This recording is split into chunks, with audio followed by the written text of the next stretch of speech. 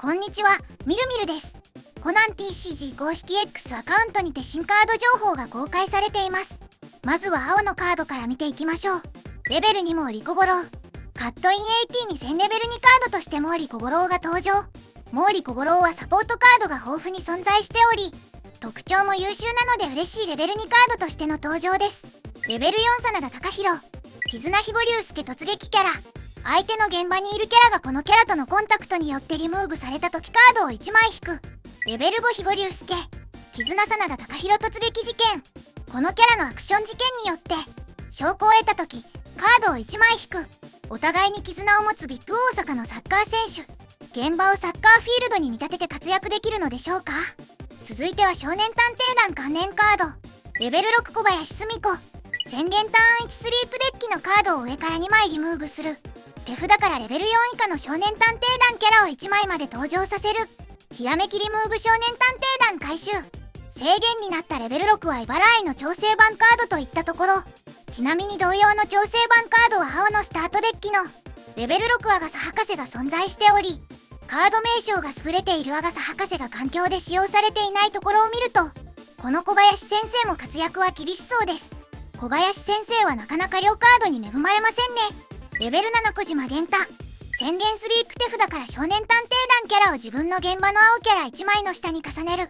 レベル7以下のキャラを1枚まで選びリムーブする。ひらめき解決編アクションキャラスタン。手札の少年探偵団キャラを現場のキャラに重ねるという変わったコストを要求する源太。青は重ねることで能力が強化されるカードが多く存在するので、他のカードを強化しつつ相手の除去も狙えるかもしれません。とはいえ手札に戻すという際はありますが、ノーコストで行えるレベル7は茨城の方が扱いやすいかもしれませんね。続いては茨城サポートカード。東尾マリア。ミスリード1。宣言スリープデッキの下に移す。自分の現場にいる LP1 以下の灰払いを1枚まで選び、ターン終了時まで LP 足す1する。灰払いの LP を1上昇させることができる東尾マリア。個人的には少年探偵団デッキよりもSOS アグロのような茨城が推理することが多いデッキに採用して、ファイル3以上で登場させられる迅速みたいな感じで使いたいですね。結構強力なカードと思います。レベル5若さるみ。自分のターン終了時に自分の現場には茨城がいる場合、このキャラをアクティブにする。宣言スリープカードを1枚引き、手札を1枚リムーブする。名乗り状態でも下の能力で手札を入れ替えつつ、すでに現場には茨城がいればアクティブになれるため、地味に優秀な能力ですね。個人的には解決編突撃キャラくらいあってもよかったように感じますが、レベル7もリラン突撃。このキャラがアクションした時ターン終了時まで。ターン終了時、このターン中このキャラが自分のミステリーレア能力によって選ばれていなかった場合、このキャラを現場から手札に移すを持つ。一風変わったデメリットを持つもリラン。カードイラスト的には魅惑のマジックで収録されたラン&アイと相性の良いカードであり、アクティブ指定アクションを与えつつ AP7000 で殴れます。自分の現場にいるキャラを指定することでメリットがあるミステリーレアは平治沖田の AP 達成アクティブ指定アクション。キット&白馬のアクティブ能力。一応組み合わせ的に現実的ではないですが、平治カズワのスリーク指定にすることで現場からは離れなくなります。続いては緑。まずは探偵マスターズや最近のチャレンジ戦でも活躍が目立つイベントにちなんだ緑のカードとして、レベル8遠山和は登場時自分のデッキの上4枚を見る。その中から緑のイベントを1枚まで公開して手札に加え、残りを好きな順番でデッキ下に移す。手札に加えた場合は手札を1枚リムーブする。自分ターン中ターン1。自分が緑のイベントを使用した時 AP8000 以下のキャラを1枚まで選びリムーブする。1枚で緑イベントのサーチと除去まで行えるハイブリッドな遠山和和が登場。7段のレベル8ハットリエイジはレベル8以下除去だったのに対して、こちらは AP8000 以下のためミステリーレアまで対処できるようになったのが強力。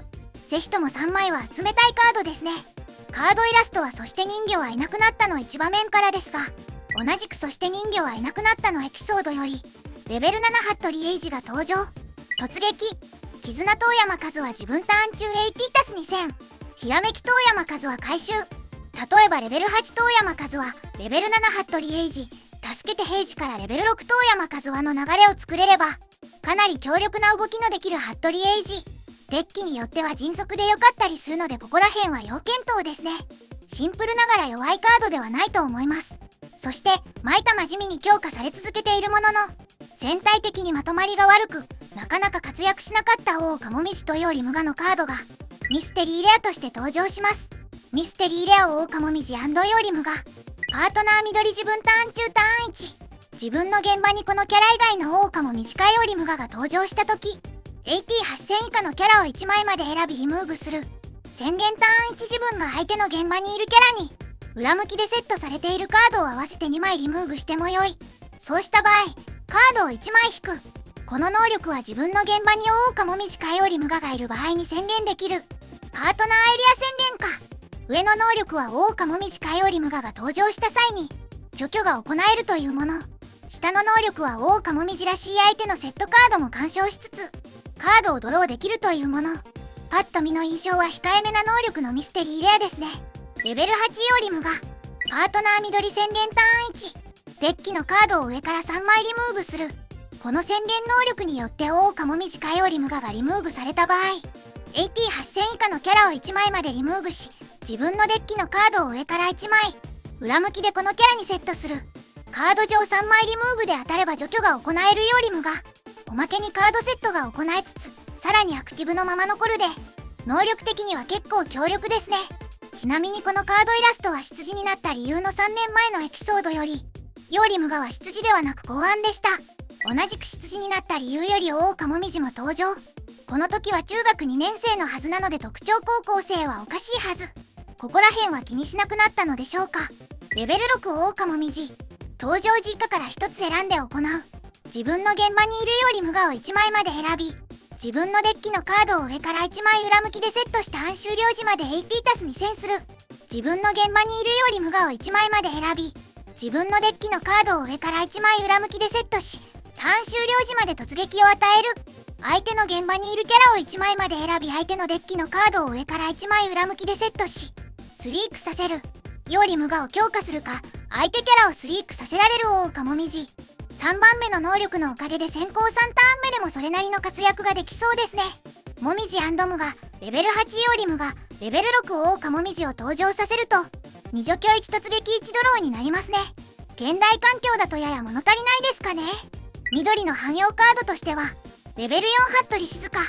登場時自分のデッキのカードを上から1枚裏向きでこのキャラにセットする。宣言ターンに、自分か相手の現場にいるキャラに裏向きでセットされているカードを1枚リムーブしてもよい。そうした場合、自分のデッキのカードを上から3枚見る。その中から緑のカードを1枚まで公開して手札に加え、残りを好きな順番でデッキの下に移す。カードを手札に加えた場合、手札を1枚リムーブする。まずこのキャラ単体でデッキ上3枚サーチ手札入れ替えが行えます。他に裏向きでセットできるギミックがあればもう一度サーチが行えます。能力単体で見れば相当強力な能力であり、既存の基準ならば AP3000 程度のはずが AP4000 あります。カード名称がマイナー名称の服部静香だから許されるデザインなのでしょうかね。プロモパックで配布されたレベル5大滝五郎とは相性が良いため、組み合わせ使ってみたいところ。レベル3長門秀臣、登場時このキャラをリムーブしてもよい。そうした場合、お互いのリムーブエリアのカードをデッキに戻す。リムーブエリアをリセットするかなりインパクトのある能力ですね。リムーブエリアを活用するデッキは数多いため、環境によってはぶっ刺さる可能性がありますね。レベル4日向みゆき、宣言スリープ、このキャラ以外のキャラを1枚リムーブエリアに移す。自分の裏向きの証拠を好きな数選び、表向きにする。この効果によって表向きにした枚数と同じ数まで相手の裏向きの証拠を選び表向きにする。こちらは証拠を表向きにするメタカード。事件能力を活用するデッキならば刺さる可能性もありますが、先ほどのリムーブエリアリセットよりかはインパクトは薄めですね。続いては白。前の段がマジックカイトフィーチャーだったため、今回の段では鈴木財閥、駆動家の強化が行われています。まずは鈴木財閥から。レベル2鈴木その子、解決編宣言スリープ。自分の現場にいる京極誠を1枚まで選び、ターン終了時までアクティブ指定アクションを与える。京極誠にアクティブ指定アクションを与えるその子。既存の鈴木財閥デッキは展開、証拠獲得で迅速なゲーム勝利を目指すデッキなので、面処理に関しては先行弾を投げることが多く、京極誠にアクティブ指定アクションを与える意義が若干薄いので、個人的にはやや評価が低いです。カード名称や特徴がこちらの方が恵まれていますが、瀬戸水木で良いような感もありますね。レベル4京極誠。自分ターン中このキャラがコンタクトした時、自分のデッキのカードを上から2枚リムーブしてもよい。この効果によって高校生か鈴木財閥のキャラがリムーブされた場合、そのコンタクト中このキャラは AP 足す1000する。元の AP5000 のレベル4京極さん。自分ターン中でアクションをする場合、成功すれば AP6000 になります。残念ながらコンタクト中に AP が戻ってしまうので、レベル7鈴木そのこと絶妙に噛み合ってないのが残念ですね。レベル4鈴木綾子。事件編登場時手札から鈴木財閥のキャラを1枚リムーブしてもよい。そうした場合、カードを2枚引く。ひらめきスリープ。事件編の身の縛りはありますが手札が増えるドロー能力と、白にしては貴重なひらめきスリープ持ち。普通に鈴木財閥デッキにおいては優秀な能力を持っており、鈴木その子ではないわけ、能力を盛られた感がありますね。レベル3鈴木次郎吉。相手ターン中 AP 足す2000。ひらめき1ドロー。レベル3でありながら相手ターン中に AP5000 になります。先行2ターン目でこのキャラの登場はかなり強力と言わざるを得ません。ゲームが進むとリムーブのレベル5鈴木次郎吉が回収できるレベル3鈴木綾子に軍配が上がる部分もあり、どちらを採用するかは要検討ですね。続いては工藤家の2人。レベル8工藤優作。事件白パートナー白登場時、AP8000 以下のキャラを1枚まで選びリムーブする。自分の現場にいるキャラを1枚まで選び、自分のデッキのカードを上から1枚裏向きでセットする。ターン1。自分の現場にいるキャラが推理した時、自分の現場にいるキャラに裏向きでセットされているカードを1枚リムーブしてもよい。そうした場合、カードを1枚引く。登場しただけで AP8000 以下のキャラを除去できます。おまけに裏向きセットができ、推理した時にセットカードをリムーブして1ドローできます。単体で見ても手札が増えて除去ができるので完全にスタートデッキレベル8キャラを超えました。続いてはレベル8工藤由紀子。ちょっとポケモンカードみたいなデザインですね。登場時自分の現場にいるキャラ1枚につき、自分のデッキのカードを上から1枚裏向きにこのキャラにセットする。パートナー白宣言ターンに、現場にいるキャラに裏向きセットされているカードを合わせて2枚リムーブする。白のキャラを1枚まで選びターン終了時まで AP 足す2000し、突撃キャラを与える。白デッキユーザーから熱い視線を受けるレベル8工藤由紀子。裏向きセットギミックは盗作軸や赤魔術が得意なため、それらとうまく組み合わせると展開はしたものの名乗り状態で動けないキャラを動かせますね。また、ビッグジュエルではミステリーレアカイアオからレベル3白馬サブルを登場させた後に、レベル8工藤由紀子を登場させると合計で4枚のセットカードが作られるため、この次のネクストヒントでレベル7黒馬カイト登場させて、工藤由紀子で突撃キャラできれば5面展開できるコンボもあったりと、白の SR としてはイラスト、能力的に当たりと言えそうですね。レベル7クリス・ビンヤード。宣言スリープ。自分のリムーブエリアにある工藤由紀子を1枚まで選び裏向きでこのキャラにセットする。セットした場合、レベル7以下のキャラを1枚まで選びデッキ下に移す。ひらめきスリープ。リムーブエリアに工藤由紀子がいればレベル7以下除去ができます。高校3ターン目で能力が使えれば結構強力ですが、白には先行弾やレベル7等1が存在するため採用は結構厳しい。セットカードギミックを強化する能力付き事件。江戸川コナン誘拐事件ではなんと裏向きの証拠を1枚表にするだけで裏向きセットを1枚作れるという緑にも欲しい事件が登場します。レベル5イベントカード手の込んだ悪巧み。自分の現場のキャラ1枚の LP 以下の相手の現場にいるキャラを1枚除去することができるイベントカード。パートナー指定がない実質的にレベル5除去イベントですね。レベル5メデューサ。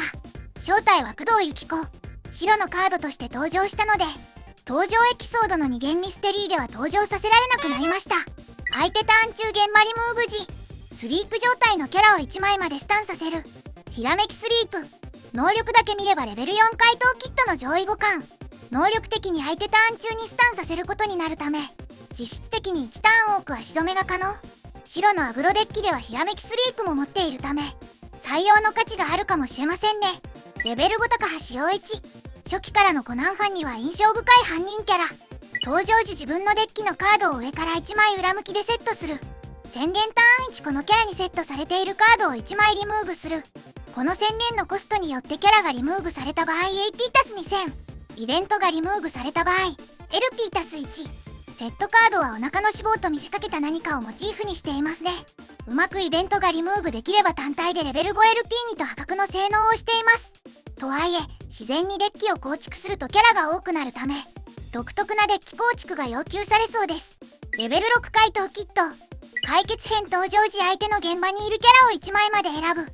そのキャラがスリープ状態の場合スタンさせる。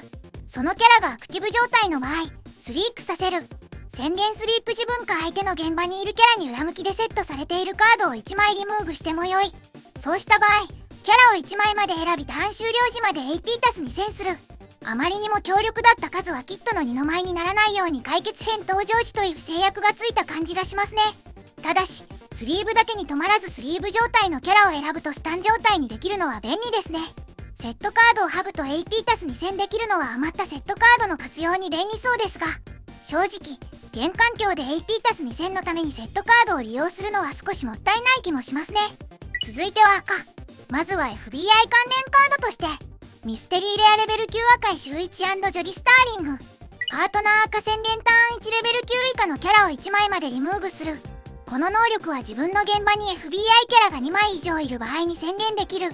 宣言ターン1手札から FBI キャラを1枚リムーブする。カードを1枚引く。この能力のコストによってレベル8以上のキャラをリムーブした場合カードを1枚引く。パートナーエリア宣言か。アムロ&アズサを調整したような赤のミステリーレア。オキやセラが尖った性能をしていたのに比べるとだいぶ扱いやすい性能をしています。個人的には3枚持っておいても損はないかなと思いますね。LV にジェームス・ブラック。ジェームス・ブラックがレベル2キャラとして登場。赤はレベル5羽田周吉の関係で同一性能でもカード名称によって採用不採用が分かれるのでジェームス・ブラックにもレベル2が登場するのは嬉しいところですね。レベル6アンドレ・キャメル。このキャラがアクションキャラした時指定したキャラをターン終了時までレベルマイナス1する。そのキャラがレベル6以下の場合アクション終了時までこのキャラを AP 足す3000する。登場時このキャラ以外の FBI キャラがいる場合ターン終了時まで突撃を持つ。端的に言うとレベル7以下にアクションする場合は AP8000 になる突撃持ちのアンドレ・キャメル。普通に破格の性能をしており FBI デッキならば採用が検討できる1枚。レベル6ジョディ・スターリング。自分のターン終了時自分の現場に FBI キャラが4枚以上いる場合1ドロー。宣言ターン1スリープ自分の現場にいる。このターン中にアクションキャラをしていた FBI キャラを1枚まで選びアクティブにする。レベル6アンドレ・キャメルがかなり攻撃的な性能をしていたのに対してこちらは消極的な性能を持つジョディ・スターリング。4段レベル8赤い週1からこちらか前述のアンドレ・キャメルを登場させてネクストヒント2回使って FBI を4キャラ展開することを想定したキャラですね。アクティブキャラが2体以上いると処理漏れが発生しますが兵士長や黒のようなキャラがスリープでターンエンドしがちなデッキには結構有利そうです。 CIA からも2枚カードが登場。レベル4イーサン本堂。宣言デッキの下に移す。以下から1つ選んで行う。レベル5以下の黒のキャラを1枚まで選びリムーブする。自分のリムーブエリアにある本堂秀美か本堂秋やタスクを1枚まで手札に加える。あまりにもピンポイントすぎる能力。宣言スリープではないためアクションや推理後に能力が使えますが全体的に国営のカットインで登場する予定のカードだったと言われても信じられそうです。レベル3本堂秀美。カットイン自分ターン中手札からキャラを1枚リムーブしてもよい。そうした場合リムーブしたキャラの AP 線につき AP 足す線。赤くなったロバート・テイラーというべきカードでしょうか。探偵マスターズでも活躍されたハンドレス赤タンにも採用できなくはなさそうですがそして新たな赤のギミックとしてレベル7キャラをメインで使う宮野家とも言うべきデッキが登場します。まずはレベル7宮野敦。ファイルボ異常宣言スリープ。手札からレベル7以下の宮野エレーナか宮野志保か宮野明美を1枚まで登場させる。宮野志保は長らく青のカード1枚でしたがレベル7宮野志保。自分のターン終了時自分の現場にレベル7キャラが3枚以上いる場合カードを1枚引き相手の現場にいるキャラを1枚まで選びスタンさせる。ファイル8以上登場時このキャラをスリークさせ手札を1枚リムーブしてもよい。そうした場合レベル8以下のスリープ状態かスタン状態のキャラを1枚まで選びデッキの下に移す。このキャラ1枚で2体のキャラを山下送りとスタンで処理できる性能を持っています。宮野家デッキでは主力になりそうな性能をしていますね。レベル4宮野明美。解決編現場にいるこのキャラをレベル足す3する。登場時自分のデッキのカードを上から3枚見る。その中からカードを1枚まで公開して手札に加え、残りをリムーブエリアに移す。諸星大神谷の志保神谷のエレーナ神谷の淳以外のカードを手札に加えた場合、手札を1枚リムーブする。レベル7になれるレベル4サーチキャラ。指定のキャラ以外を手札に加えると手札を捨てる必要はありますが、サーチ対象は何でもいいため地味に強力ですね。レベル6もロボ次第。自分ターン中自分の現場にレベル7キャラが2枚以上いる場合、このキャラをレベル足す1し AP 足す戦士突撃を持つ。ファイル8スタートでアシストなしでファイル6に登場させられる実質レベル7のもロボ次第。レベル7としては性能は AP6 戦突撃と標準的な1枚。レベル1託されたカセットテープ。自分のデッキのカードを上からレベル7のカードが出るまで1枚ずつ公開し、それを手札に加える。残りの公開したカードをデッキの下に移し、デッキをシャッフルする。カードを手札に加えた場合、手札を1枚リムーブする。手札から自分のファイルエリアの枚数以下のレベルのキャラを1枚まで登場させる。レベル7のカードを確定で手札に加えつつ、さらに手札から指定なしでファイル以下登場できる。雑に強力なイベントカード。原作においては相原愛子と宮野志保の毎年の誕生日に当てられたバースデーメッセージの入ったカセットテープなのですが、なんでこんな効果のイベントになったのでしょうか。そしてレベル5宮野エレーナ。解決編このキャラをレベル足すにする。解決編宣言ターン1スリープデッキのカードを上から9枚リムーブする。自分のリムーブエリアにあるレベル5のカード1枚までとレベル4のカード1枚までとレベル1のカード1枚まで選び、好きな順番でデッキ下に移す。カードを合わせて3枚移した場合、相手の現場にいるキャラを1枚まで選び、デッキ下に移す。この能力は現場にレベル7キャラのキャラが3枚以上いる場合に宣言できる。端的に言ってしまえばリムーブにレベル5、4、1のカードがあれば相手のキャラを除去できるキャラ。原作の場面において宮野志保を妊娠したことで4人家族になる幸せなシーンであり、レベル4は宮野明美、レベル1は託されたカセットテープとすると、レベル5は誰になるのでしょうか。青の宮野志保、それとも宮野エレーナ自身。宮野家デッキは正直エキセントリックすぎてデッキを組んでみないと評価が難しいですね。レベル6は回収1。登場時自分のリムーブエリアに宮野明美がある場合、このキャラは突撃を持つ。宣言ターン1リムーブエリアにあるもロボ次第から絵を1枚デッキの下に移す。ターン終了時までこのキャラはブレッドを持つ。リムーブエリアに過去の因縁があると強くなるエモいデザインの赤井さん。一応宮野家デッキの関連カードになるのでしょうか。レベル5広田正美。このキャラが相手によって現場を離れるとき、このキャラに裏向きでセットされている全てのカードをリムーブする代わりに手札に移す。宣言スリープ自分のデッキのカードを上から1枚裏向きでこのキャラにセットする。裏向きセットカードを手札に回収できる変わった能力の広田正美。赤は裏向きセットギミックをあまり活用するデッキではないので、緑や白と混ぜて活用してみても面白いかもしれませんね。続いては黄色。黄色は既存のカテゴリーの強化として長野県警と警視庁。警視庁の発展として高さ軸が新たなカテゴリーとして登場します。まずは長野県警から。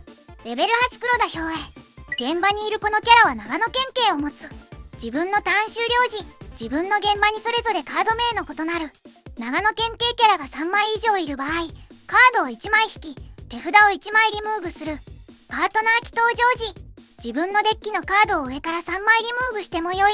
この効果によって長野県警キャラがリムーブされた場合、AP8000 以下のキャラを1枚まで選び、リムーブする。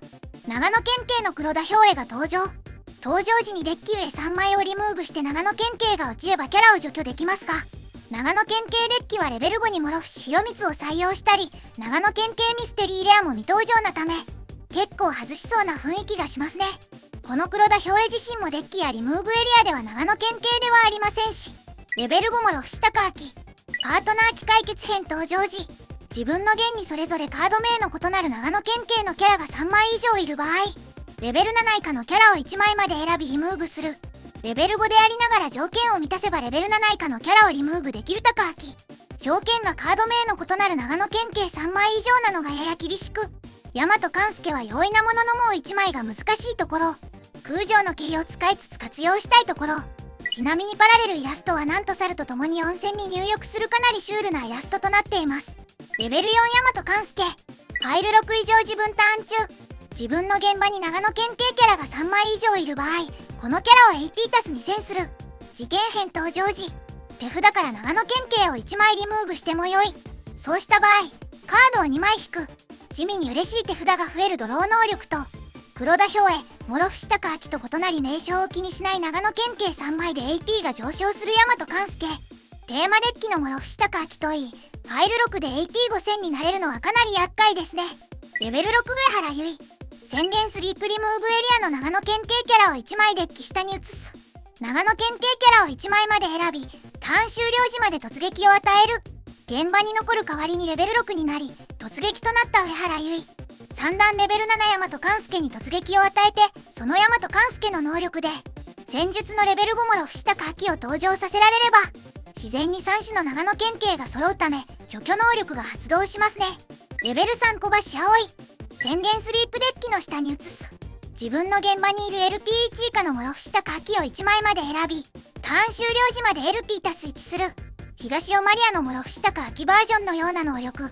長野県警は迅速を与えられるレベル5上原結衣の存在により、ファイル5から上原結衣、小橋守、諸伏高明を登場させられれば LP2 推理が行えます。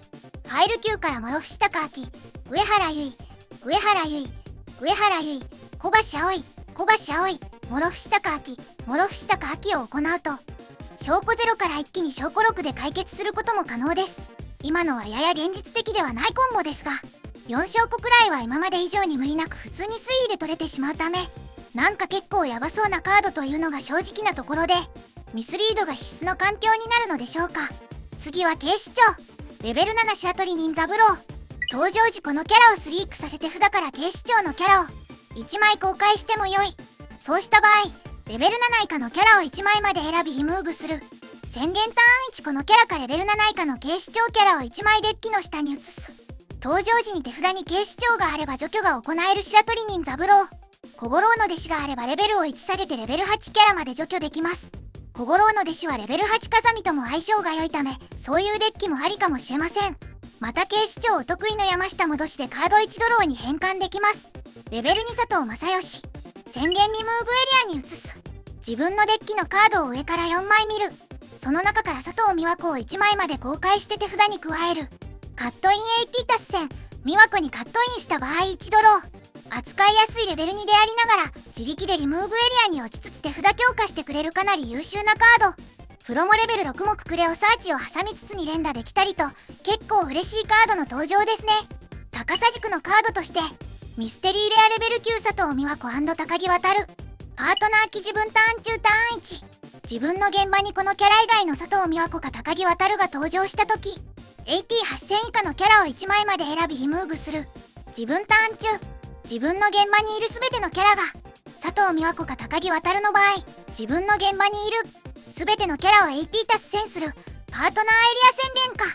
高さ軸の特徴として自分の現場の全てのキャラが佐藤美和子か高木渡るの場合能力を発揮するのですが、警視庁という特徴の有無はありますが、ミステリーレアフルやレイ&アムロトールとさほど能力が変わらないのは気になるところですね。レベル8高木渡る。絆佐藤美和子自分のターン終了時自分の現場にいる全てのキャラが佐藤美和子か高木渡るの場合このキャラをアクティブにする。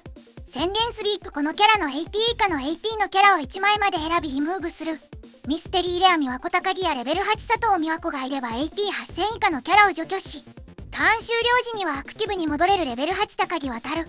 レベル5佐藤美和子。絆高木渡る解決編登場時自分の現場にいる全てのキャラが佐藤美和子か高木渡るの場合、このキャラの AP 以下の AP のキャラを1枚まで選びリムーブする。ひらめき高木渡る回収。待望のレベル7高木渡ると相性の良いレベル5佐藤美和子が登場。こちらも AP 以下のキャラを除去できる能力のため、除去範囲は AP6000 程度までとレベル5の除去範囲にしてはやや広め。レベル8美和子、4段レベル7高木、7段レベル7公木でこのキャラを展開できると、4体展開しつつ4除去できるのはそれなりに良さげですね。事件カード揺れる警視庁1200万人の人質。能力付き事件共通の解決編手札1捨てと解決編宣言ターン1。裏向きの証拠を2つ表向きにし、現場にいるキャラを1枚デッキの下に移す。自分の現場にいる全てのキャラが佐藤美和子か高木渡るの場合、自分のリムーブエリアにあるレベル4以下の佐藤美和子か高木渡るを1枚までスリープ状態で登場させる。ここの能力は自分の現場にキャラが2枚以上いる場合に宣言できる。レベル4以下の佐藤美和子か高木渉は新カードがなく、サーチのレベル4美和子を登場させることが多くなりそうです。今後のレベル4以下高さの登場に期待ですね。揺れる警視庁1200万人の人質は松田迅平の初登場エピソードであり、公式もこのカードの公開直前に過去のレベル8松田迅平をリポストして匂わせを行ったのですが、正直この事件カードの能力に松田迅平や萩原健二が絡まなかったのにはがっかりします。高さなら本庁の刑事恋物語でよかった気がします。レベル5ブライダルは女が主役。以下から3つまで選んで行う。A から順に行う。重複できない。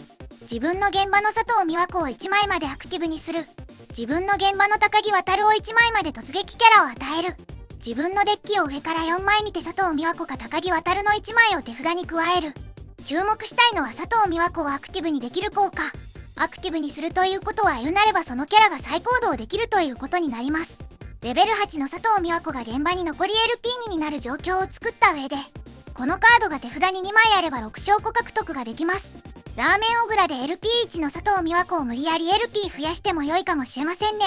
まっとうな使い方としてはレベル7高木渉からレベル5佐藤美和子と登場させた後にネクストヒントで発動することを想定しているような感じがします。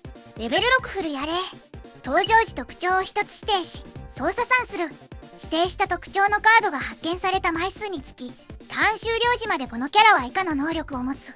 1枚以上突撃キャラ、2枚以上突撃、3枚以上迅速。ギャンブルに勝てればレベル6でありながら LP1 の迅速になるフルやれ。統一の特徴で揃えられる赤池や少年探偵団には強い一方で、ハンドレス赤タンや白タンのように特徴にまとまりがないデッキには相性が悪いですね。レベル5風見優也、宣言デッキの下に移す。以下から1つ選んで行う。ターン終了時手札からレベル4以下の警察キャラを1枚まで登場させる。プロもレベル5だて渡ると比較するとアクションする必要がないのがメリットですが、このカードを採用するよりも普通にレベル5凸を採用したいところですね。黒、レベル5テキーラ、パートナー黒自分ターン中。相手の現場にいるキャラ1枚につきこのキャラを AP 足す2000する。カットイン自分ターン中黒のキャラにカットインする場合 AP 足す2000。コナン TCG は基本的に現場のキャラが多い方が有利なため AP1 万や8000になれるチャンスは多いカード。